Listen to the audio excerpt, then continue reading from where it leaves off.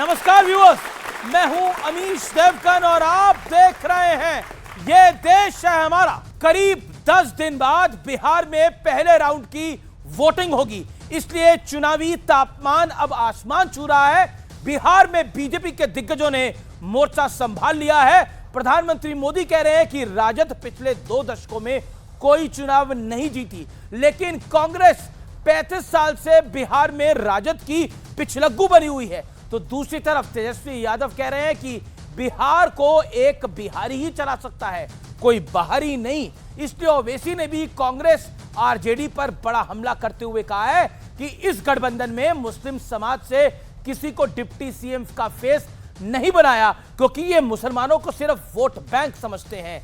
आज जनता जनार्दन के बीच इन्हीं तमाम मुद्दों पर होगी वीकेंड की ये सबसे बड़ी चर्चा। स्वागत है आपका आज की सबसे बड़ी, सबसे धाकड़, सबसे गर्दा उड़ाने वाली पॉलिटिकल डिबेट पर, बिहार चुनाव पर सबसे बड़ी चर्चा में आपका अभिनंदन है।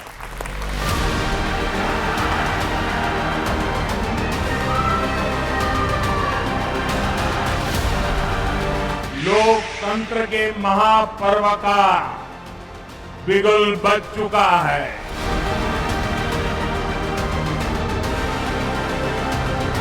ये गठबंधन वाले जिन लोगों को चुनाव लड़वा रहे हैं, उससे साफ हो जाता है ये पुराने दिन वापस लाना चाहते हैं। चोरी की इनकी आदत ऐसी है कि अब जननायक की उपाधि की चोरी में जुटे हैं। बिहार के लोग जननायक कर्पूरी बाबू का ये अपमान कभी नहीं सहेंगे। जानते हैं 2 बार गलती हुआ था, हमने तो देखा सब गड़बड़ है, उसको हटा दिया और कहा जहां से हम लोगों का शुरू हुआ वही रहेगा, कभी बाएं दाएं इधर नहीं होगा, कोई इधर से उधर नहीं। लेकिन चाचा जी का स्वभाव आप लोग जानते हैं, होने से होने उनको हाईजैक कर लिया चाचा जी को। हम बिहारी हैं, हम लोग डराए वाला नहीं है, बाहरी से डराए वाला है। बिहार को बिहारी चलाएगा कि बाहरी चलाएगा?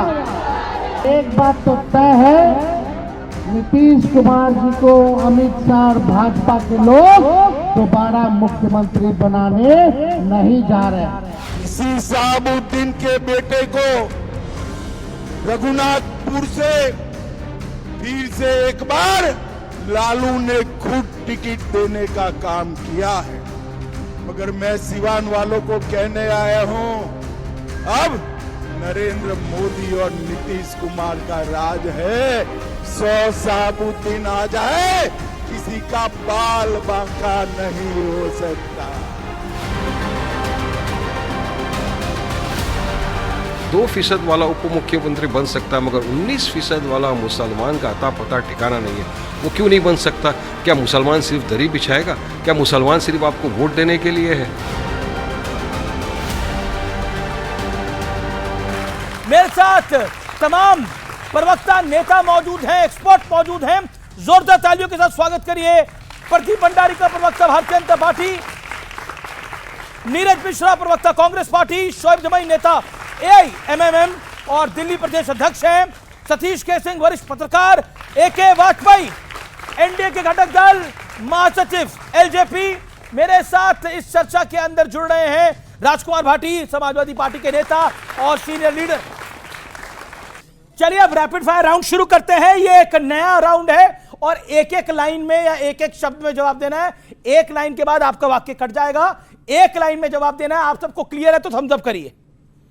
Thank you sir. ओके, पहला सवाल प्रदीप भंडारी आपसे। विपक्ष का चेहरा, सीएम चेहरा तेजस्वी, एनडीए का सीएम फेस कौन? हमारे नेतृत्व नीतीश कुमार, नरेंद्र मोदी जी। ठीक है। बिहार में असली वोट कटवा कौन, प्रशांत किशोर या ओवैसी? एक चुनना है। दोनों की जमानत जब्त होने वाली। दोनों की जमानत जब्त होने वाली है। मैं रुक करता हूं सीधा राजकुमार भाटी का। 80-20 विपक्ष की जाति वाली राजनीति का तोड़ बना, हां या नहीं? 80-20 का नारा योगी जी का है, हमारा नहीं है। नहीं 80-20 का 80-20 विपक्ष की जाति वाली राजनीति का तोड़ बना है, हाँ या ना? विपक्ष की जाति वाली राजनीति नहीं है, न्याय वाली राजनीति है। ओके, बिहार में कई सीटों पर फ्रेंडली फाइट है, ये गठबंधन की कमजोरी है या मजबूती है? गठबंधन हर तरीके से मजबूत है, गठबंधन सरकार बनाने ठीक है। नीरज मिश्रा, अगली बारी आपकी। पोस्टर में तेजस्वी की अकेली तस्वीर राहुल का अपमान है या राहुल का सम्मान? हमारे गठबंधन के सीएम के हाँ या ना दावेदार बोलना तेजस्वी सर? जी हैं, वो हमारे गठबंधन के नेता हैं, हमारे सवाल तो सीएम सुनिए। डेजिग्नेट। मेरा सवाल है, मैंने सुन लिया आपका पोस्टर सवाल। में तेजस्वी की अकेली तस्वीर राहुल का अपमान है या राहुल गांधी का सम्मान? हमारे गठबंधन की एकजुटता का वो सम्मान दिखाता है। बहुत बढ़िया है, वो बिल्कुल है। तेजस्वी अपनी अकेली तस्वीर दिखा के सम्मान दिखा रहे हैं, ये एकजुटता पूरा है। इसको मैसेज है। पिछली बार के मुकाबले कांग्रेस का कम सीटों पर चुनाव लड़ना मजबूरी है या मजबूती है? ये गठबंधन की मजबूती है, जहां और सबको कांग्रेस की मजबूरी है। सबके साथ चलने के लिए हम लोगों ने चलिए, कदम बढ़ाए। आपने स्पष्ट जवाब नहीं दिया है, मैं फिर रुक करता हूं। अब शोएब जमैका, एनडीए और विपक्षी गठबंधन में से ज्यादा सेकुलर कौन है? देखिए, दोनों एक ही थैली के चट्टे बट्टे हैं, मुसलमानों को ठगने का काम करते हैं, इसलिए मैंने एक कहा लाइन। सोनम बेवफा नहीं, तेजस्वी बेवफा। ओके, मतलब गठबंधन महागठबंधन बेवफा है। हैदराबाद में जुबली हिल्स उपचुनाव में कांग्रेस का समर्थन एआईएम की मजबूरी है या हाँ या नहीं? इसी से पता चलता है कि हमारी आइडियोलॉजी, विचारधारा क्या है। ठीक है। जो बी टीम कहते हैं उनको समझ में आना चाहिए। ठीक है, एक के बाद पे अगली बारी आपकी है। एनडीए जीती तो नीतीश कुमार ही अगले सीएम होंगे, हाँ या नहीं? जी। चलिए, बिहार में अगला सवाल, पलटी मारने पर बार बार सफाई जरूरी है नीतीश कुमार की या मजबूरी है? No comments. और नो कमेंट्स। अच्छा, इस पर कुछ नहीं कहना चाहते? No comments। आपने नो कमेंट्स बोला तो अगला सवाल, चिराग पासवान बिहार के मुख्यमंत्री होने चाहिए, हाँ या ना? ये व्यक्तिगत राय है, पार्टी के हर वर्कर की राय है कि चिराग पासवान को मुख्यमंत्री बनना है। ओके, चलिए सतीश के सिंह, आखिरी और आपकी बारी है। बिहार में कांग्रेस छोटे भाई की भूमिका में आई है, हाँ या नहीं? बिल्कुल, जितना हल्ला मचाया उसके बाद तो फिर छोटी हो ही गई। जी, अच्छा जवाब। कांग्रेस को मजबूरी में तेजस्वी को सीएम उम्मीदवार मानना पड़ा, हाँ या ना? देखिए, जो भी मानना पड़ा मजबूरी में, लेकिन ये एनडीए पर हाइड्रोजन बम है। हाइड्रोजन बम है ये आपको लगता है? ओके, प्रदीप भंडारी, क्या तेजस्वी के ऐलान ने गेम को बदल दिया या फिर आप मुसलमानों की चिंता ज्यादा कर रहे हैं? अमीश जी, तेजस्वी यादव के ऐलान के बाद हम ये सुनिश्चित कह सकते हैं कि हमारी सीटें भी बढ़ेंगी, वोट भी बढ़ेगा, क्योंकि तेजस्वी यादव जो है वो लालू परिवार की लेगेसी को आगे ले जाने वाले हैं और वो जंगल राज की लेगेसी है। ये देखिए, शाहबुद्दीन का बेटा ओसामा, जिसके समर्थक कहते हैं कि अगर लालू प्रसाद यादव और तेजस्वी यादव की सरकार आ गई तो वो सिवान और बिहार को जला देंगे। ऐसे लोगों को अगर आप वोट देना चाहते हैं तो वापस से जंगल राज की स्थिति में जाना चाहते हैं। बिहार का युवा जानता है उसको जंगल राज नहीं, सुशासन वाले 14% ग्रोथ करने वाले प्रधानमंत्री नरेंद्र मोदी और नीतीश कुमार चाहिए। इसीलिए इनके ऐलान के बाद सीटें भी बढ़ेंगी, वोट शेयर भी बढ़ेगा, क्योंकि ये आपस में एक दूसरे से लड़ रहे हैं। अमीश जी, मैं सीधा रुख करता हूं राजकुमार भाटी का। राजकुमार भाटी, जिस तरह से प्रधानमंत्री मोदी ने प्रचार किया और कहा कि बिहार का सबसे भ्रष्ट परिवार लालू यादव का परिवार है, और सीधे तौर पे बोला है कि विपक्षी तो जननायक की भी उपाधि चोरी करने में लगे हैं। कोई मुझे ये बता दे कि अब से पहले मोदी जी के नाम मुंह से कर्पूरी ठाकुर का नाम कब सुना गया था? कर्पूरी ठाकुर इस देश के गरीब, पिछड़ों, दलितों के नेता माने जाते हैं। कर्पूरी ठाकुर ने पहली बार स्वतंत्र भारत में पिछड़ी जातियों के लिए आरक्षण लागू किया था, और जब आरक्षण लागू किया था बिहार में, तब इन्हीं की पार्टी जो जनसंघ होती थी उस समय, आरएसएस और जनसंघ के लोगों ने नारे लगाए थे भद्दे भद्दे, कर्पूरी ठाकुर वापस जाओ, उस तरह लेके बाल बनाओ। ये इनकी सोच पिछड़े और दलितों के प्रति है। आज मोदी जी अगर बिहार में जाकर कर्पूरी ठाकुर का नाम ले रहे हैं तो ये हर नागरिक महसूस कर रहा है कि ये केवल लोगों को गुमराह करने के लिए, लोगों को बहकाने के लिए, क्योंकि बिहार का 85% पिछड़ा, दलित, अल्पसंख्यक एकजुट होकर एनडीए की सरकार को हटाना चाहता है। लेकिन जिनका सहयोग आप कर रहे हैं वो भी तो कहते थे भूरा बाल साफ करो, जिनका सहयोग आप कर रहे हैं। माननीय लालू यादव जी ने कभी ये शब्द नहीं बोला जो आप बोल रहे हैं, भूरा बाल साफ करो। ये उनके एक मंत्री ने सफाई दी थी एक मीटिंग में कि बीजेपी के लोग ऐसा दुष्प्रचार कर रहे हैं, और उसी की क्लिप काटकर बीजेपी ने चला दी। लालू यादव ने अपने मुंह से कभी ये नहीं बोला कि भूरा बाल साफ करो। ये फर्जी आरोप है उनके ऊपर। और ये नहीं, जो लोग जी आप बोलिए। लालू यादव की सामाजिक पृष्ठभूमि के कारण उनसे चिढ़ते हैं, वो लालू यादव के ऊपर तरह तरह के आरोप लगाते हैं। आपने कहा सबसे चारा भ्रष्ट चोरी परिवार का आरोप तो सिद्ध हुआ लालू यादव पर। आपने कहा सबसे नहीं, आरोप तो तब सिद्ध होंगे अगर मोदी जी के कई कामों के हम जांच की मांग कर रहे हैं। अरे पर अगर ये- कन्विक्शन मोदी के राज में नहीं हुआ, लालू यादव का कन्विक्शन मोदी के राज से पहले हो गया। मेरी बात तो सुना, जैसे इलेक्टोरल बॉन्ड है, जैसे पीएम केयर फंड है, जैसे राफेल का सौदा है, अगर इनकी कोई जांच करेगा तो ये लोग भी जेल जाएंगे। लेकिन जांच कौन करेगा? जब हमारी सरकार आएगी तब जांच होगी। अमीश जी इन्होंने बोला महान कर्पूरी ठाकुर जी की बात हमने कब करी? भारत रत्न महान कर्पूरी ठाकुर जी को देने वाली सरकार प्रधानमंत्री नरेंद्र मोदी जी की सरकार है, ना कि कांग्रेस पार्टी। और ये पहली बात। दूसरी बात, 2 बार कर्पूरी ठाकुर जी चीफ मिनिस्टर बने थे, दोनों बार जनसंघ ने समर्थन करा था। Point number 2। पॉइंट नंबर 3 मैं पूछना चाहता हूं, ये सुप्रिया श्रीनेत का ट्वीट है जो जननायक राहुल गांधी को कहती है, तो कांग्रेस बता दे जननायक बिहार का सिर्फ एक ही है, महान कर्पूरी ठाकुर जी। क्या राहुल गांधी जननायक है कि कर्पूरी ठाकुर जी है? क्या राहुल गांधी जननायक है या कर्पूरी ठाकुर जननायक है? अमीश जी देखिए ना, जननायक कौन है मैं आपको बता देता हूं।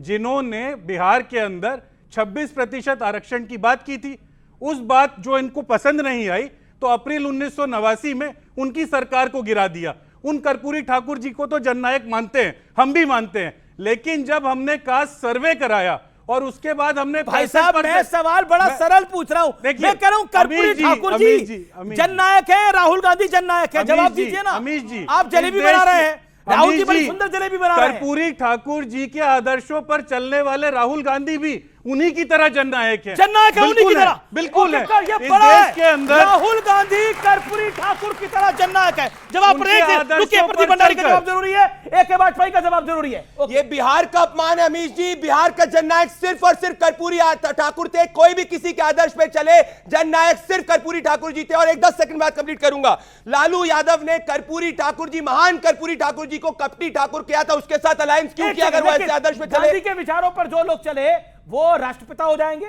बताइए, जो गांधी के विचारों पर चलेगा, यहां सब लोग गांधी के विचारों पर चलने को कह रहे हैं, सब राष्ट्रपिता हो जाएंगे। आप कह रहे हैं कि जननायक कर्पूरी ठाकुर के विचारों पर राहुल गांधी चल रहे हैं, इसलिए वो भी जननायक है। आप बताइए, वॉक द टॉक करते हैं। हमने जब कास्ट सर्वे कराया, हमने 65% आरक्षण की बात की, हमने उसको 9 शेड्यूल में लाने की बात की, लेकिन जैसे जननायक कर्पूरी ठाकुर की बात इनको राहुल गांधी भी जननायक, राहुल गांधी की बात भी पसंद नहीं है। आज देश में दलित पिछड़ों की बात करने वाले राहुल गांधी की बात पे 5 ही सेकंड लूंगा। एक बात पे बोलने पहले, फिर ओके बात पे जननायक हो गए राहुल गांधी, आपको दिखाई नहीं दे रहा, आप गलत गठबंधन के साथ चले गए। इसी को कहते हैं सेल्फ गोल।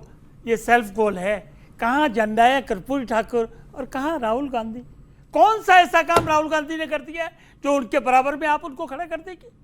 नीतीश बाबू ने जरूर काम किया है, 65% रिजर्वेशन दिया है उन्हें, ईबीसी को 25%, ओबीसी को 18%, एससी को 20%, एसटी को 20%।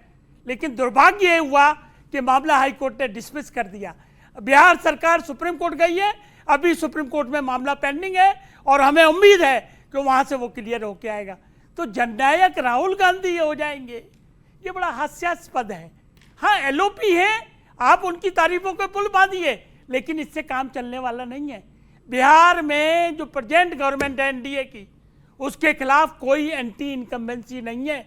20 साल से राहुल गांधी में आपको जननायक क्यों नहीं नजर आता? दो तो एक काम ये बता दे मुझको, राहुल गांधी का कौन सा ऐसा काम राजकुमार भाटी बताएंगे? नहीं, राजकुमार भाटी भी बताएंगे, ये भी बताएंगे, लेकिन हम उनकी बात से सहमत हो नहीं सकते हैं, क्योंकि सवाल बिहार का है।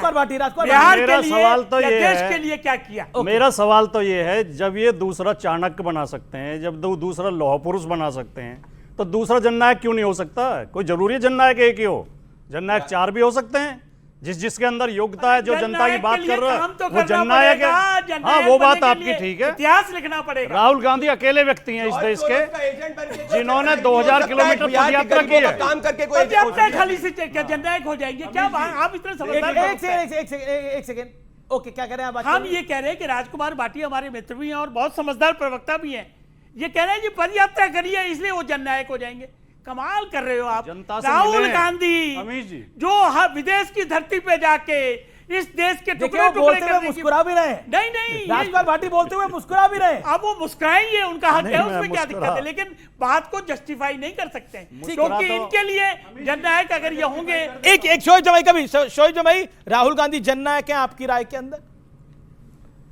देखिए, अगर विधायक तोड़ के और बेईमानी करके चुनाव जीतने से जैसे कोई चाणक्य नहीं हो जाता, चाणक्य ओरिजिनल थे, वो ओरिजिनल रहेंगे, वैसे ही जननायक बनने के लिए बड़े आंदोलन और देश में एक बड़े लेवल पर परिवर्तन की ज़रूरत है। मैं नहीं मानता कि किसी किस्म का अपमान है, बल्कि कांग्रेस के समर्थक मोहब्बत में कुछ भी कह सकते हैं। मेरा ये मानना है कि राहुल गांधी जी की सीरियसनेस नहीं है। अगर वो वाकई में, राहुल गांधी जी की, मैं बता रहा हूँ, अगर राहुल गांधी जी वाकई में बीजेपी को हराने में सीरियस होते तो इतना बड़ा चुनाव देश भर में, पूरी चर्चा से बिहार चुनाव की हो रही है, राहुल गांधी जी कहाँ हैं? क्या कोलंबिया से वो जूम पे कॉल करने से, तेजस्वी जी से बात करने से मसले हल हो जाएंगे? मैं अभी, आप कह रहे थे कि भाई टोपी पहने हैं, मैं सम्मान करता हूँ, लेकिन मैं उम्मीद करता हूँ कि राहुल गांधी जी बिहार के लोगों को टोपी नहीं पहनाएंगे।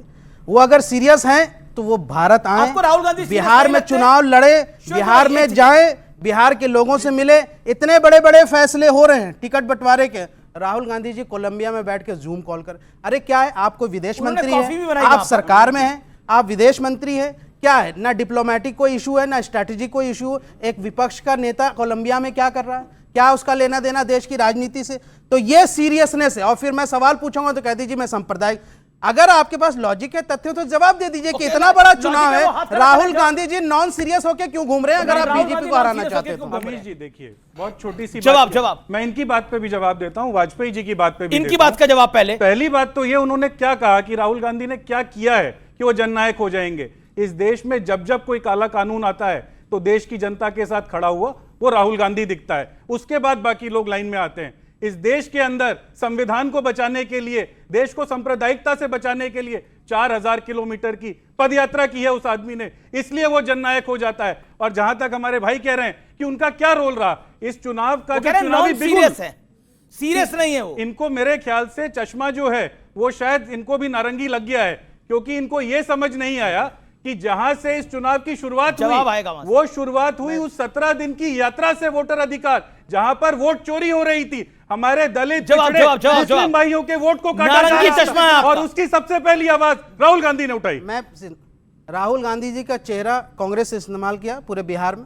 आप कहते हैं जी मुसलमान जो है हमें वोट दे ताकि सांप्रदायिक ताकतों को हराना है। आप इतने बड़े चुनाव में जब इतने बड़े फैसले लिए जा रहे हैं, जब नामांकन हो रहा है, सिलेक्शन हो रहा है, बहुत सारी नीतियां बनती है, ऐसे समय में पूरे चुनाव से राहुल गांधी जी का पिछले 10 दिनों से गायब रहना, और वो भी कोई यूरोप और अमेरिका की यात्रा पे नहीं, कोलंबिया जैसे, वो हुलुलुलु जैसे देशों से हमारा क्या लेना देना? और एक विपक्ष का नेता का क्या स्ट्रेटेजिक वहां पे इंटरेस्ट? कोई ऐसा इंटरेस्ट है तो हमें भी बताइए, हमें भी साझा कीजिए साहब। तो इसलिए मैं कह रहा हूं कि अगर आपके पास कोलंबिया जाने का इस वक्त कोई जवाब है तो मुझे बताइए। चश्मा नारंगी है, हमारा चश्मा नारंगी है। बोला क्या आरोप लगाया गया? हमारा अगर चश्मा नारंगी है तो इनका चश्मा जो है ना टूट चुका है, ये हकीकत देख नहीं पा रहे हैं। हकीकत यह है, मैं बता रहा हूं, क्योंकि आप अब मेरे पास आए तो मैं अपनी बात पूरी कर दूं। मैं अपनी बात अभी कल प्रेस कॉन्फ्रेंस हुआ, पिछले कई सालों से बिहार में ये बनाया जा रहा है MY समीकरण। MY समीकरण की असल हकीकत अब खुल के आई है। मल्लाह plus Yadav, Muslim plus Yadav नहीं, मल्लाह प्लस बेटे को अगर यादव है। सीएम बनाने की बात की तो आपके पेट में बड़ा दर्द हो गया। नहीं, मुझे क्यों पेट में दर्द होगा? क्यों मुसलमान कहां जाएगा? पिछड़ों के साथ नहीं, मुसलमान कहां जाएगा? क्यों कर रहे हैं? सिर्फ दरी बिछाएगा? आप बिल्कुल नहीं। तो फिर आपने, मुझे लगता है अशोक गहलोत साहब की प्रेस तो फिर आप सामाजिक न्याय की बात क्यों करते हैं? सामाजिक न्याय वही होगा, सामाजिक न्याय कैसे और होगा? उप मुख्यमंत्री बनाए जाएंगे। आबादी का अनुपात के हिसाब से कैसे हिस्सेदारी तय होगी? कैसे तय होगी? आप ही कहते थे। राहुल गांधी जी का स्टेटमेंट है कि हम आबादी के अनुपात के हिसाब से हिस्सेदारी देंगे। यह है हिस्सेदारी? ये है क्या हिस्सेदारी है? बताइए, देखिए, जवाब दीजिए आप इसका। बिहार के अंदर 36% जो आबादी है वो अति पिछड़े समाज की है। उस समाज में से भी जो हाशिए पे मल्लाह कम्युनिटी है, वहां का सन ऑफ मल्लाह जब आगे बढ़कर आता है, अपनी मेहनत से लोगों के बीच में अलग जगाता है, और उस मल्लाह के बेटे को अगर आज हमारा गठबंधन कह रहा है कि मल्लाह समाज का वोटर तो यहाँ इन लोगों को दर्द हो रहा है।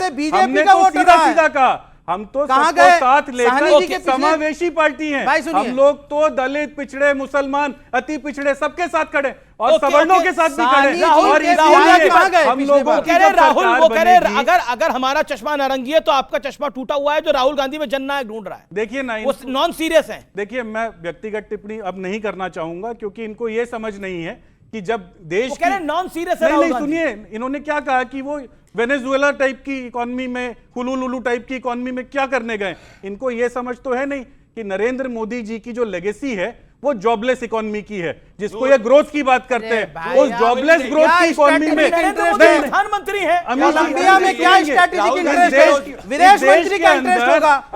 सुनिए, कुछ कहने, एक सेकेंड, कांग्रेस का क्या डिप्लोमेटिक अलायंस हो सकता है कोलंबिया से? कुछ भी नहीं, एक सरकार का होता है। अगर कोई विदेश मंत्री होता मैं मान सकता था, कोई स्ट्रैटेजिक बात होती डिफेंस की, टाइप की। कोलंबिया से हमारा कौन सा, ना किसी डिफेंस में टाइप है, ना इंटरनेशनल ट्रेड में कोई टाइप है। अरे भाई, यूरोप और अमेरिका जाते तो मैं कह भी सकता था कि मिडिल ईस्ट गए या कहीं पर गए, लेकिन आप चुनाव के ऐसे मौसम में जब अगर आप गायब रहते हैं और फिर मुसलमानों को कहते हैं कि बीजेपी को हराने के लिए वोट दो, तो पहले आप तो सीरियस हो जाइए जनाब। क्या बीजेपी को हराने का सीरियस नहीं लगते? बीजेपी को हराने का ठेका खाली मुसलमान। राहुल गांधी आपको सीरियस नहीं लगते? Is kind of non serious politician. उनको हर चुनाव या हर एक पदयात्रा के बाद एक लंबी ब्रेक चाहिए। बीजेपी, जहां आप कहते हैं हमारी विपक्षी पार्टी है, हम घोर विरोधी हैं भारतीय जनता पार्टी के, लेकिन एक तरफ तो लोग 24 घंटे राजनीति कर रहे हैं और आप यहां से ये क्या बोलते हैं, सावन की पॉलिटिक्स करते हैं, फिर गायब, फिर उसकी पॉलिटिक्स करते हैं, गर्मियों की छुट्टियों में गायब, फिर विंटर वेकेशन। अरे आप पॉलिटिशियन है, 50 साल के, कोई स्कूल के बच्चे नहीं है कि हर 2 महीने के बाद आपको विंटर वेकेशन चाहिए। ओके ओके, वो कह रहे हैं कि स्कूल के बच्चे थोड़ी है कि छुट्टी हर वक्त चाहिए। देखिए ना समझ को समझाना मुश्किल है, ना समझ है, लेकिन समझदार जनता को मैं बता देता हूं कि जब विदेश जाते हैं राहुल जी और वहां के देश के व्यापारियों से, पॉलिटिशियन से मिलते हैं तो बात क्या समझ है, ये तो बताइए। वो छोड़िए ना, उनकी नासमझी पर डिबेट नहीं है ना, देश को हम ये समझा देते हैं। बोला ना समझ है। अरे तो इसीलिए तो हम उनको छोड़ रहे हैं, ना समझ को समझा के करेंगे क्या? ना समझ है आप अमीर जी, मेरी बात पूरी हो जाने नए नए कांग्रेस के प्रवक्ता बने हैं, हमने 10 सालों में इनके जैसे हजारों प्रवक्ताओं को झेला है। कोई बात नहीं, मैं आपको माफ करता हूं, आप अपनी बात कीजिए। राहुल गांधी जी कोलंबिया क्यों गए, इसका जवाब दीजिए बस। वैसे तो मेरे बारे में शायद इनको मालूम नहीं कि मैं कितने समय से प्रवक्ता हूं। बहरहाल, जब वो कोलंबिया जाके वहां के इकोनॉमिस्ट, वहां के पॉलिसी मेकर से मिलते हैं, तो इस देश के अंदर जो जॉबलेस इकोनॉमी की बात मैं कर रहा था, उससे कैसे पार पाया जाएगा, सर्विस सेक्टर इकोनॉमी को किस तरीके से मैन्युफैक्चरिंग इकोनॉमी में लाया जाएगा, प्रोसेसिंग इकोनॉमी में लाया जाएगा, उसकी बात करने जाते हैं।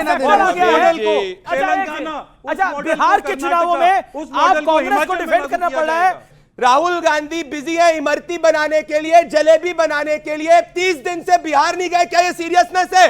बताइए। ये राहुल गांधी का ये सोशल मीडिया पे ये इमरतियां बनाएंगे, ये जाके ये इमरती बनाएंगे, जलेबी बनाएंगे, ये सीरियसनेस है बिहार के प्रति? एक बार भी पिछले 30 दिन के अंदर बिहार नहीं गए और ये बिहार की जनता से बात करते हैं। Tourist politician. कोलंबिया में बता दो क्यों गए थे। जो व्यक्ति ये बोले 10,000 सीसी की बाइक होती है, 10,000 किलो की बाइक होती है, इनकी इकोनॉमिक नॉलेज, ये क्या बात कर, जिनको बाइक और कार के बीच का वेट नहीं पता, ये ना बता इकोनॉमी जिनने देश का बेड़ा गर्क कर दिया था। आज IMF कह रहा है सबसे ज्यादा बोल्डेस्ट इकोनॉमिक ग्रोथ भारत की हो रही है, इसीलिए इनको चिढ़ेगा। राहुल बेरोजगार है मतलब देश बेरोजगार नहीं है।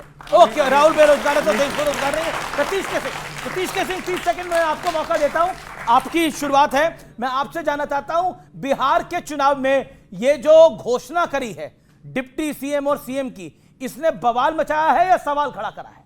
देखिए, पहले तो यह है कि ये घोषणा तो हो गई, चेहरा तो मिल गया, दूल्हा तो मिल गया। यहां तो दूसरे तरफ का जो दूल्हा को घोड़ी पर चढ़ा के घोड़ी को ही नीचे से दौड़ा दिया। किसकी बात कर रहे हैं आप? मैं नीतीश कुमार की बात कर रहा हूं। घोड़ा दौड़ रहा है, पता नहीं, एक मिनट रुकिए। अगर हो सकता है उसी घोड़े को पकड़ने के लिए AIMIM जैसी पार्टियां दौड़ लगा रही हैं। अच्छा, हमको तो पता ही नहीं चलता है कि AIMIM जो भी है वो जो भी नहीं है पार्टी है, दुल्हन किसकी है पता ही नहीं चलता है। आपको एक बात बताओ, आपने विदेश का दौरे का उठाया, विदेशी दौरे का उठाया, ये सही है कि राहुल गांधी गए विदेश, लेकिन जब ऑपरेशन सिंदूर हुआ उसके बाद विपक्ष के नेता को विदेश नहीं भेजा गया, माननीय ओवैसी जी को भेजा गया। इसीलिए मैं कहता हूं कि दुल्हन कौन, किसका? ओके, आप बिहार में दुल्हन नहीं मिल रहा है। ओके, शोज भाई, आप दुल्हन किसकी है? राहुल गांधी जी को डिफेंड करते हुए दुल्हन की बात मत करें। राहुल गांधी जी अभी कवारे हैं, जब दुल्हन आ जाएगी तो बात कीजिएगा। सतीश के सिंह बोलिए। देखो, आपने बताया नहीं आप दुल्हन किसकी है, सतीश के सिंह ने पूछा। अभी ये खुद ही तय नहीं कर पाए। अच्छा, देखिए आज आप फंसे पड़े हैं। ये सुनिए, अरे सुनिए, ये पर्दे में दुल्हन है, समझे? दुल्हन अपना जब चेहरा दिखाएगी ना, जब लोगों को तब तक दिखेगा, तब आपको भी पता चल जाएगा कि कौन कहां जा रहा है, क्यों जाता है, और कब जाता है, और फिर लौट आता है। आज आपको रगड़ने के मूड में है ये लोग। सुनिए, हैदराबाद में अभी जुबली हिल्स में एक कंस्टिट्यूंसी में इलेक्शन हो रहा है, बाई इलेक्शन हो रहा है। उसमें कांग्रेस के कैंडिडेट को एमआईएम ने सपोर्ट किया, बल्कि उनके नॉमिनेशन में भी ओवैसी साहब। अच्छा, आप कांग्रेस की दुल्हन है? सुनिए, मौजूद रहे। मेरे को ये बताइए, निकाह करने का ऑफर कौन दे रहा है? बार बार निकाह करने का ऑफर कौन दे रहा है? आप लोग दे रहे हैं भाई, हम कहां दे रहे हैं? आपने तो बोला खुला भाई कि राजद करने का ऑफर तो यही दे रहे हैं। आपने राजद और निकाह करने का ऑफर यही दे रहे हैं कि हम इस स्वयंवर में आना चाहते हैं। अमीश भाई देखिए ना, हैदराबाद के जुबली हिल्स चुनाव का जिक्र कर दिया। जब हैदराबाद में चुनाव लड़ने की हिम्मत नहीं है, वहां कोसी में जाके किसके लिए काम कर रहे हैं, पूछ लीजिए। ये इनको समझ में नहीं आता। अरे भाई, हैदराबाद में आपके मुख्यमंत्री जो है एमआईएम पार्टी के बगैर एक कदम नहीं चलते। आप यहाँ से अकबरुद्दीन ओवैसी साहब के हाथ में, यहाँ से गले में हाथ डाल के आप यहाँ से बातें करते हैं, और फिर यहाँ बिहार में कहते हैं कि जी ये तो बी टीम है। अरे भाई, तो बी टीम है तो तुम यहाँ से तेलंगाना में क्यों साथ हो? अरे आप किसकी बी टीम है, किसकी नहीं, मतलब मैं कमाल की बात। अरे किसी की तो टीम है आप, ये तो बात पक्का है। मतलब मैं जवाब दे रहा हूँ, किसकी टीम है मैं बता रहा हूँ। सारे निशाने आज आप ही की तरफ है। हम टीम है देश के पिछड़े समाज के लोगों का, जो वॉइसलेस हैं, जिनको सिर्फ आज तक राजनीतिक मनसब के लिए इस्तेमाल किया गया। उन मुस्लिम समाज के लोगों की आवाज है जिनको सिर्फ दरी उठाने के लिए, झंडा उठाने के लिए इस्तेमाल किया गया और राजनीतिक हिस्सेदारी से वंचित रखा गया। हम उनके यहां से असल में खेवनहार है, हम उनके लिए यहां से राजनीति कर रहे हैं। अगर कांग्रेस को और राष्ट्रीय जनता दल को मुसलमानों के तिरस्कार का इतना ही शौक है तो कह दें कि ये मुसलमानों के वोट की जरूरत नहीं है, कह दें कि मुस्लिम समाज के राजनीतिक सशक्तिकरण की जरूरत नहीं है, बता देना। ये बोल बोल के ही तो खा रहे हैं, कह दें। आप समझ नहीं रहे हो, ये बोल बोल के खाते हैं। जब ये कहते हैं कि इनको दरी बिछाने का काम है, जब ये तेलंगाना में रहे, ये क्या नाम था उनका, केसीआर, वो तस्वीर भी दिखा रहे हैं। अरे उनके साथ इतना लगे रहे, वहीं ले लेते डिप्टी चीफ मिनिस्टर, यही वहीं कुछ ले लेते। ये पता नहीं पनडुब्बी की तरह कहां से कहां चले जाते हैं और दूसरे जगह बवाल काटे। 2% वाला उप मुख्यमंत्री, 13% वाला मुख्यमंत्री और 18% वाला दरी बिछा रहा है। ये शौकत अली है जो एआईएम के यूपी के चीफ है। अब बताइए, उत्तर प्रदेश और बिहार में मुसलमान को दरी बिछाने के लिए सपा और आरजेडी ने रखा हुआ है।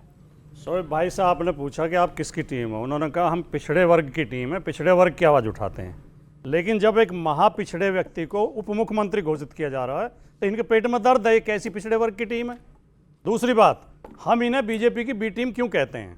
अभी तक की डिबेट में उन्होंने जो निशाना साधा है राहुल गांधी के ऊपर साधा है, मोदी जी के खिलाफ एक शब्द नहीं बोला है, तो इन्हें किसकी टीम माना जाए? उनकी तीसरी बात, ये हम इन्हें और बीजेपी को एक ही सिक्के के दो पहलू इसलिए कहते हैं कि ये हिंदुओं को ऐसे कह के भड़काते हैं कि विपक्ष ने सारा काम मुसलमानों के लिए किया है, और वो मुसलमानों को भड़का रहे हैं कि इन्होंने, विपक्ष की पार्टियों ने आपके लिए कुछ भी नहीं किया है। अब कौन से की बात सच है? या तो ये झूठ बोल रहे हैं या वो झूठ बोल रहे हैं। ठीक है प्रदीप भंडारी, अगर ये हमारी बी टीम होती तो भाई काहे बिहार के अंदर कांग्रेस के साथ में अलायंस करने के लिए गए? कांग्रेस से अलायंस कर लो, कांग्रेस से अलायंस करे। जब कांग्रेस की सरकार थी अमीश जी केंद्र के अंदर, काहे इन्होंने समर्थन दिया? काहे असदुद्दीन ओवैसी रेवंत रेड्डी के लिए पूरी की पूरी तारीफ कर रहे हैं? ए टीम ये, बी टीम ये, इनको सिर्फ और सिर्फ मुसलमानों की पड़ी है, हमें देश के और गरीब की पड़ी है और बिहार के पिछड़ों की पड़ी है। और सतीश जी, ये मनोहर कहानियां मत सुनाइए। प्रदीप बीच में 1 मिनट देखिए, 80-20 का नारा, बटोगे तो कटोगे का नारा। क्या गलत है बटोगे तो कटोगे में? रुकिए, बीच में नहीं, रुकिए आप बीच में, अरे सुनने की क्षमता। अरे आप भी तो बोले मुझे। बटोगे तो कटोगे का नारा, तो जो बटे हुए 20 का नारा। सुनिए, पिछले 5 में भाषण पूरा का पूरा सुना हूं नीतीश कुमार का, समझे? उसमें कई बार वो कम से कम 8-10 मिनट मुसलमानों के लिए ये किया, वो किया, वो किया। इन लोग का कुछ पता ही नहीं है ना। बताइए, मुसलमान मुसलमान करते रहते। अरे भाई ये तो बताओ। अरे हम करते हैं, आप वोट बैंक नहीं, इस्तेमाल करते हो, आप- आप नहीं, में यही आप- फर्क है। आपका- आप सिर्फ और सिर्फ वोट बैंक की बात करते हो, हम सामाजिक उत्थान की बात करते हैं, भले हिंदू हो, मुसलमान हो, पिछड़ा हो, ये हम इसीलिए लोगों में 80-20 फर्क है। का नारा समझे? लगाते हो। तो होगा, इसीलिए वो बटोगे, बटेगा, वो कटोगे का कटेगा, नारा ये लगाते हो। स्वाभाविक है। इसीलिए मुगलों ने 80 क्या, अरे मुगलों के भाई, समय हेलो, हम बटे, कटे, ए, भाई, अफगानिस्तान में हम बटे, आप कटे, बताओ, पाकिस्तान में हम 80-20 के बटे, नारे के कटे। साथ हो या नहीं हो? बटोगे कटोगे के नारे के साथ हो या नहीं हो? अरे एक चीज बोलो, बताइए बोलो, सतीश MI जी, में। अगर हिंदुस्तानी बटेगा तो कटेगा नहीं। अफगानिस्तान में क्या हुआ हिंदुओं के साथ, पाकिस्तान में क्या हुआ, कहाँ क्या नहीं अरे हुआ? हिंदुस्तान कहाँ के घुमा रहे हो? बटने की तो बात आप हिंदुस्तान थोड़ी ने कर क्या रहे हो। किया? एक बात तो सतीश के सिंह बिल्कुल स्पष्ट है कि ओबीसी के अंदर क्या सिर्फ यादव ही आते हैं, सवाल पूछा जाएगा। पिछड़ों में सिर्फ क्या यादव ही आते हैं, सवाल पूछा जाएगा। बिल्कुल नहीं आता। अगर और एक ही परिवार आता है, सवाल पूछा जाएगा। चाहे यूपी हो चाहे बिहार हो, क्या एक ही परिवार आता है? अगर यादव है तो वो यूपी में मुलायम सिंह यादव के परिवार से सीएम होगा, अब बिहार में लालू प्रसाद यादव के परिवार से अमीश सीएम होगा। आपसे ही एक बाकी सवाल यादवों पूछ को देता क्या हूं। होगा? अरे अमीश जी, आप ही से सवाल पूछ देता हूं जी। पिछले साल तक पूरे देश में यह नारा लगाया गया भारतीय जनता पार्टी और संघ परिवार द्वारा कि अगर जाति की गणना होगी तो देश में विभाजन जैसी स्थितियां पैदा होती है। ये लोग विभाजनकारी है, एनार्किस्ट है, मार्क्सिस्ट है, अर्बन नक्सल है। अब जब ये गिन रहे हैं तो क्या हो रहा है? अब ये जब गिन रहे हैं तो क्यों गिना? क्यों मैं कह गिना? रहा हूं अमीश जी, क्या इनकी पार्टी में ओबीसी का परिवार गिनती से होगा आया क्या? हुआ, सबकी गिनती इनके हो रही है। परिवार से आया हुआ यादव अगर नहीं है तो क्या वो मुख्यमंत्री पद का उम्मीदवार बन सकता है? क्या इनकी पार्टी के अंदर अखिलेश यादव के अलावा कोई दूसरा यादव चेहरा बन सकता है? क्या कांग्रेस पार्टी के अलावा गांधी वाड्रा परिवार के अलावा कोई चेहरा बन सकता है? नहीं बन सकता। ये ओबीसी की भी बात नहीं करते, सिर्फ परिवारवादी है ना, ये यादव की बात करते हैं, किसी की करते हैं। अमीश जी एक सेकंड, तो इन्होंने सवाल किया कि बिहार और यूपी में ओबीसी में यादव ही क्यों आ गए। वो इसलिए आ गए हैं क्योंकि इनकी सांप्रदायिक नीतियों के खिलाफ, इनकी घोर जातिवादी नीतियों के खिलाफ, इनके अन्याय के खिलाफ सबसे मुखर होकर यादव लड़ता है। सबसे ज्यादा उसका जो नुकसान उठाता है वो यादव उठाता है, सबसे ज्यादा मुकदमे यादव झेलता है। इसलिए नेतृत्व भी उनमें से निकल के आ रहा है और संख्या भी उनकी ज्यादा है। पर नेतृत्व उत्तर प्रदेश में 9% यादव है। राजकुमार भाटी, मेरा काउंटर क्वेश्चन है इसमें, नेतृत्व क्या लालू यादव के परिवार से ही निकल के आ रहा है, मुलायम सिंह यादव के परिवार से ही निकल के आ रहा है? ये सवाल है ना। 26 जनवरी 1950 को भारत का संविधान लागू होने के बाद उस संविधान हर में लिखा व्यक्ति था? को, अब आप बोलना ही नहीं, नहीं मैं देंगे बोलने तो नहीं दे रहा। उस संविधान में लिखा था क्या कि लालू यादव के परिवार का पुत्र ही सीएम होगा? लिखा था क्या उस संविधान अगर में? इस तरह की, ये तो व्यक्तिगत नफरत दिखाई व्यक्तिगत देती है। नहीं, ये सवाल है डिबेट का तरीका ये नहीं है। इनका तरफ से सवाल है। नहीं, आपने ये जवाब जनता नहीं सुना, जनार्दन का नहीं। सवाल है कि अगर एक ही जाति और परिवार की बात होगी तो कैसे माना जाएगा सबका साथ और सबका विकास? जवाब इस बात। अगर आप एंकर हैं तो इसका मतलब ये नहीं है कि आप विषय बदल देंगे। मैं विषय नहीं बदल और रहा, आपको जिस सवाल व्यक्ति है। को घेरना है आप उसके खिलाफ ही बोलते रहेंगे, उसके पक्ष सुनेंगे ही नहीं। बोलिए ना, मैं उनका प्रवक्ता खड़ा हूं नहीं, बोलिए, तो मेरा जवाब आपको सुनना चाहिए था। बिल्कुल सुनाइए। 26 जनवरी 1950 आपने बीच में ही लपक लिया कि संविधान में ऐसा लिखा हुआ है। मैं कहना क्या चाह रहा हूं ये तो सुन लेते पहले। 26 जनवरी 1950 को भारत का संविधान लागू होने के बाद भारत के हर नागरिक को अधिकार है कि वो पार्टी बनाए, वो चुनाव लड़े, वो भाषण दे, धरने दे, आंदोलन करे। जो सड़कों पे आएंगे उन्हें जनता नेता मानेगी, जो घरों में बैठे टीवी देख रहे हैं उन्हें कैसे नेता मान लेंगे। तो उत्तर प्रदेश में यादव समाज ने सारे गरीब गुरबाओं की, अल्पसंख्यक समाज की लड़ाई लड़ी है। आप ही तो बार बार अपने चैनल पर चिल्ला के कहते हो कि मुलायम सिंह मुसलमानों का बहुत पक्ष लेते थे। मुल्ला मुलायम सिंह कहती थी इनकी पार्टी उन्हें, आज हमसे कह रहे हो मुसलमानों के लिए कुछ नहीं किया। अब आप इस तय कर लो कि आपकी ये बात सही है शौकत या वो अली बात कह रहे सही हैं, है। पीछे आपके दिखाया मैंने ट्वीट, और आपने जो लॉजिक दिया, आपने बोला कि यही एक परिवार है जो लड़ाई लड़ रहा है, एक तरह से ये आपने मैंने बताया। ये नहीं कहा, फिर और आप क्या- गलत कर रहे फिर हैं। आप क्या कह रहे हैं? आप देखिए, सुनिए, आप हमारे खिलाफ माहौल बनाने के लिए ऐसे जुमले मत बोलिए। नहीं, मैं तो सवाल पूछ रहा हूं मत आपसे। बोलिए। मैं मैंने आपसे ये नहीं कहा कि मैंने कहा हर आदमी आजाद है, कोई भी पार्टी किसी को रोक आपने रहा बोला कोई? अगर जनता बैठ के टीवी देख रही है, यही बोला ना आपने, जनता बैठ के टीवी देख रही है तो वो कैसे नेतृत्व कर लेंगे? फिर अब गलत- आपने बोली है बात, फिर गलत यही पेश बोली कर रहे हो आपने, आप। बोली कि नहीं बोली? आपने फिर सुनी गलत कि नहीं पेश सुनी? कर रहे हो आप। किसने सुनी बताइए, किसने सुनी ये बात? अमीश जी बहुत ही खतरनाक खेल है ये। नहीं, खतरनाक नहीं, बिल्कुल जेन्युइन खेल है। खतरनाक नहीं, खेल है। क्यों खतरनाक? सुनिए, हाँ, नहीं, अब उधर ही बैठिए मेरा ना। वाक्य क्या था हाँ, पहले ही बोलिए। सुनिए। हाँ, बोलिए। मैं भी इन बच्चों से ही पूछूंगा, क्या मैंने ऐसे ही कहा था या ऐसे कहा था? मैंने कहा था जो सड़कों पर लड़ते हैं, जो आंदोलन करते हैं, वो नेता बनते हैं। जो घर में बैठे टीवी देख रहे हैं उन्हें नेता कौन बना देगा? तो घर सिर्फ बैठे? तेजस्वी यादव का सिर्फ परिवार आपने लड़ रहा है। कहा जनता टीवी नहीं, देख नहीं, रही है। नहीं, आपने बोला आपने तेजस्वी- जनता पे ले आए। नहीं, मेरा काउंटर सवाल है। नहीं, ना, नहीं, ना, गलत- ना, गलत आपकी तरीका, तरह गलत से मैं बिल्कुल तरीका, जवाब गलत में नहीं तरीका। आऊंगा। मेरा ये सवाल गलत वही का तरीका। वही खड़ा है, क्या तेजस्वी यादव का परिवार ही सिर्फ लड़ रहा है और बाकी कोई नहीं लड़ रहा? सड़कों की अगर बात है तो कमाल की बात है। ओके, ये कितना बड़ा अपमान है यादव समाज का, क्या बाकी के नहीं इनको मिल रहा है? कैसी बात कर रही अरे है? यादवों मोहन के इतिहास यादव देखो। मध्य प्रदेश के यादवों के मुख्यमंत्री इतिहास हमने खड़े बनाया, हैं। केंद्रीय हाँ। मंत्री भूपेंद्र यादव हमने बनाया। ये क्या यादवों कह की रहे हैं? आवाज नहीं, प्रदीप क्या भंडारी लालू उठाएंगे? यादव का बेटा ही लड़ सकता है? हाँ। क्या लालू यादव का वाह, वाह, पुत्री वाह। लड़ सकती है? क्या अखिलेश यादव सिर्फ उनका पूरा इस परिवार लड़ देश के सकता है? भंडारियों में बेटा प्रदीप बेटी भंडारी चाचा का प्रवक्ता चाची बनेगा। साला साली कोई और सब परिवार भंडारी से क्यों नहीं टिकट बन दे दो, सकता? इनमें से बच्चे को और टिकट कोई नहीं भंडारी देंगे। बीजेपी का प्रवक्ता क्यों नहीं बन सकता? मेरा नाम सारे भंडारियों में मेरे प्रदीप नाम भंडारी पिता है। राजनीति में क्यों ना मेरी बने? माता जी अकेले तुम क्यों राजनीति बने में। हो? ये भारतीय दूसरा जनता भंडारी पार्टी बता दो बिना प्रवक्ता परिवारवादी को मौका देते हैं, आपके जैसे नहीं दूसरे है। भंडारी का नाम बता अरे दो क्यों? प्रवक्ता हो। हमारे फाउंडिंग जो है वो भंडारी थे। यही भंडारी क्यों बना? मैं युवाओं से बड़ी बात बोल जवाब रहे दो हैं। इस बात आपने का। बोला आपने जो बोला वो बहुत बड़ी स्टेटमेंट है अपने आप में, और बिहार चुनाव का टर्निंग पॉइंट है वो स्टेटमेंट। नहीं, और भंडारी देश वाले की सवाल जनता पे भी जवाब इसको दे दो। नोट करे पॉइंट को कि क्या सोच है, ये सोच जानी चाहिए जनता जनार्दन के बीच, क्योंकि जो बोला गया है वैसे का वैसे ही जाएगा। ओके, बोलिए। मैं अचंभित हूं, ये क्या कह रहे हैं? क्या लालू यादव का अगर कोई बेटा नहीं होगा तो चेहरा नहीं बन सकता, लड़ नहीं सकता राजनीति में आने के लिए? क्या अखिलेश यादव का कोई नहीं हो सकता? क्या हो गया है? क्या चला गया है? ये चला गया है, ये चला गया है। जब आप मेरे बुजुर्ग हैं, मैं आपका सम्मान करता हूं, पर सत्ता में जब शब्दों से बात ना बने तो शरीर को जब सत्ता से बाहर रहते तो ऐसा होता शब्दों से ना है। बने। जब सत्ता से बाहर रहते तो ऐसा हो जाता है। मैं मेरी बात एक बात बोलूं, एक सेकंड, प्रदीप मैं भंडारी बस अपनी बात आपसे को पूछ रहा हूं, रमेश जी, क्या लालू परिवार के अलावा कोई यादव इनका चेहरा लड़ नहीं सकता? मोहन यादव कौन है? कहा है आपने? कब बना है? किसने जब रोका से इनकी भैया? पार्टी फाउंडिंग है, कब बन गए? कोई रोक है क्या? बता दो एक बात। तो आप देखिए, आपके यहां एक परिवार से नेतृत्व निकलता है। बीजेपी ने भी यादव को बनाया, मोहनलाल यादव सीएम है, भूपेंद्र यादव केंद्र में मंत्री हैं, वो उनकी कोई पारिवारिक पृष्ठभूमि नहीं है। मेरा फिर यही सवाल है कि यह मानना कि एक ही परिवार का राज होगा, ये क्या वाकई मुद्दा जनता के बीच में नहीं जाता है? क्योंकि हम बॉलीवुड में बात करते हैं नेपोटिज्म की, नेपो किड्स की, क्या राजनीति में नेपो किड्स की बात नहीं होनी चाहिए? नेपाल में इतना बड़ा आंदोलन हुआ है, देखिए ये सब हमारे सामने है, इसलिए ये करना कि ये मुद्दा ही नहीं होगा, ये गलत होगा सोचना। अगर एक सवाल का जवाब मेरे का आप और ये दोनों देते हैं तो मैं आपके सवाल का जवाब दूंगा। जी जी जी जी बोलिए। उत्तर प्रदेश में एक पीठ है, गोरखनाथ पीठ, गोरखपुर में, जो बहुत प्रसिद्ध है। बिल्कुल। उसके महंत थे महंत अवैधनाथ। बिल्कुल। उनका असली नाम था कृपाल सिंह बिष्ट जी। वो उत्तराखंड से आए थे। उनके भतीजे अजय सिंह बिष्ट आ गए उनके पास। उन्होंने अपने भतीजे को योगी आदित्यनाथ बना के उस पीठ का पीठाधीश्वर बना दिया।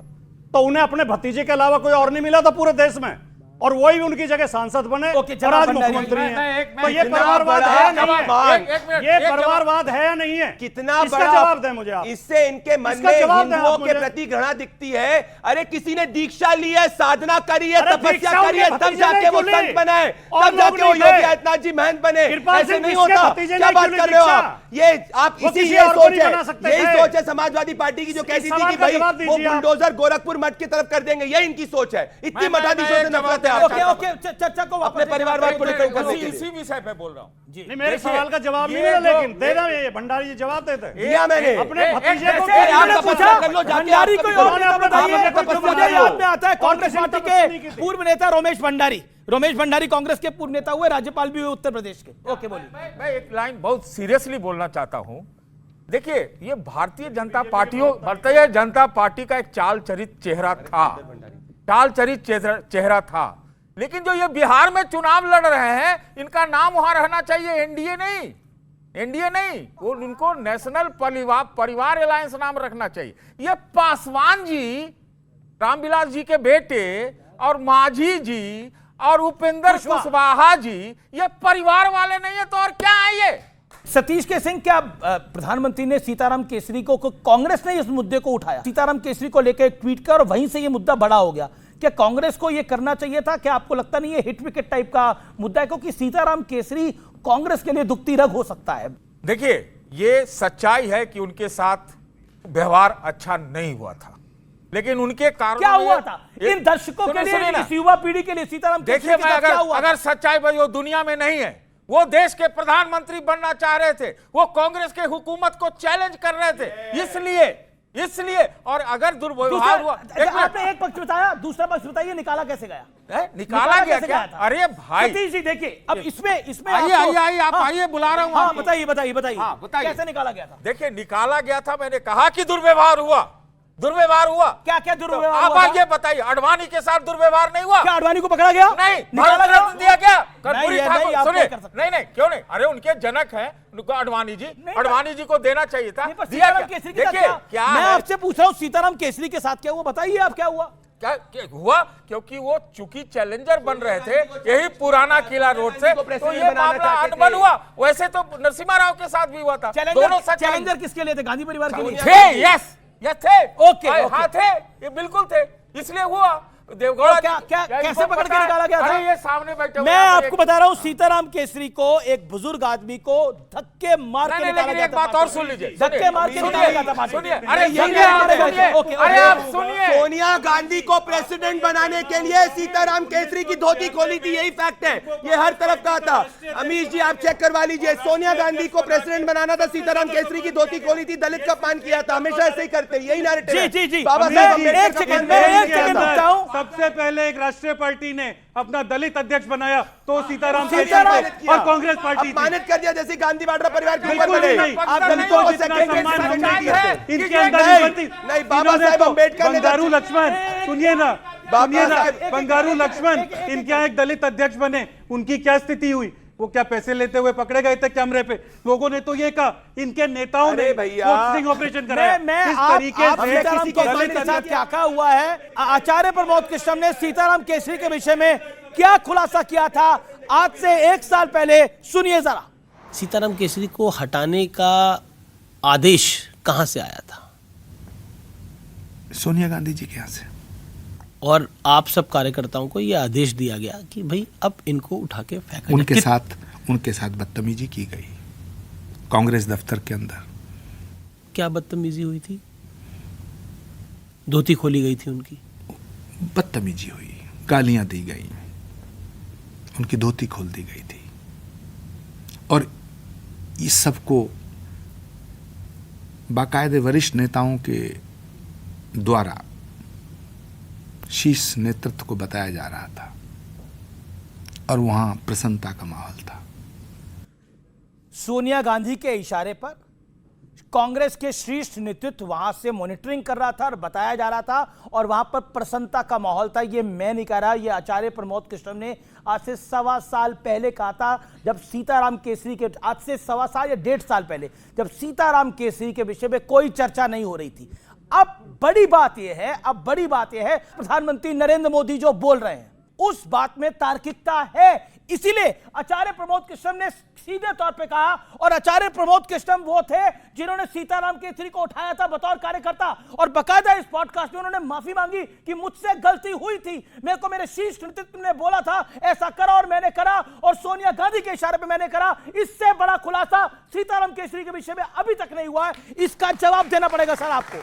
सीताराम केसरी को लेकर हायर लीडरशिप में प्रसन्नता का माहौल था। आप इनको कह रहे थे कि पिछड़ों को के साथ आप क्या करते हैं, आपने पिछड़ों के साथ पहले क्या किया है और आगे क्या करेंगे, वो समाज देख रहा है, जवाब दीजिए। अमीश जी, त्यागी जी वो हैं जिन्होंने अपने विचारों से समझौता कर लिया।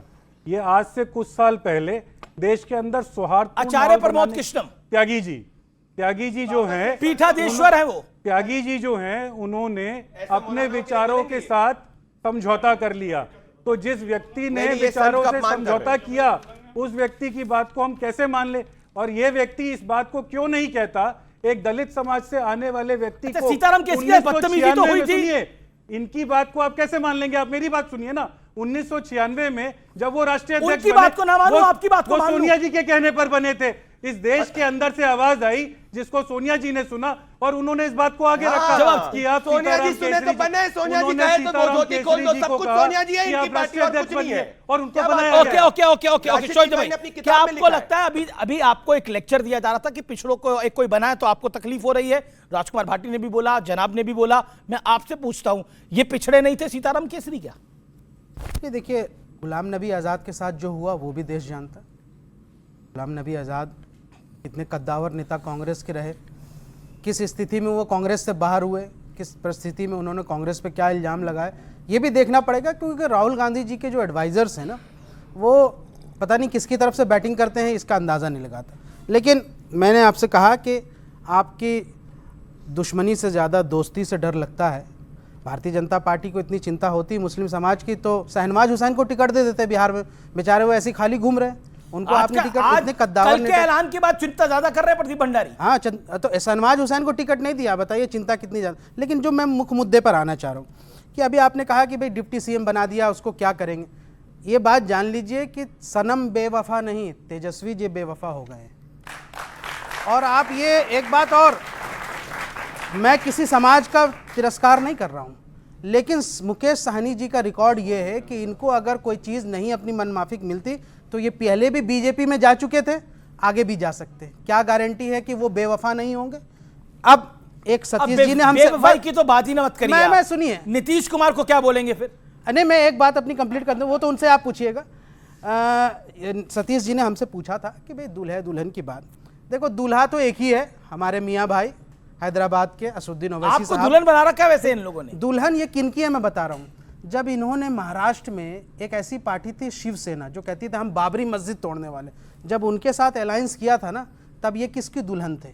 जिस स्टेट में जाते हैं सबकी दुल्हन बन जाते हैं। बिहार में जाते हैं आरजेडी की दुल्हन बन जाते हैं, झारखंड में जाते हैं जेएमएम की दुल्हन बन जाते हैं, साउथ में जाते हैं किसी और पार्टी की दुल्हन बन जाते हैं, महाराष्ट्र में जाते हैं शिवसेना की दुल्हन बन जाते हैं। अरे भैया दुल्हन तो आप हो, दूल्हा तो सिर्फ हमारा मियाँ भाई है और उसका नाम बैरिस्टर असुद्दीन ओवैसी है। ये सतीश जी आप इस पर कुछ जवाब देना चाहते हैं? देखिए, मैंने जो कहा वो पर्याप्त है। इनकी हंसी ही बताती है कि दुल्हन सस्पेक्ट है, समझे। वो कह रहे हैं हम दूल्हे हैं। कौन सा ये कह रहे हैं हम दूल्हे हैं। दूल्हे हैं किसके?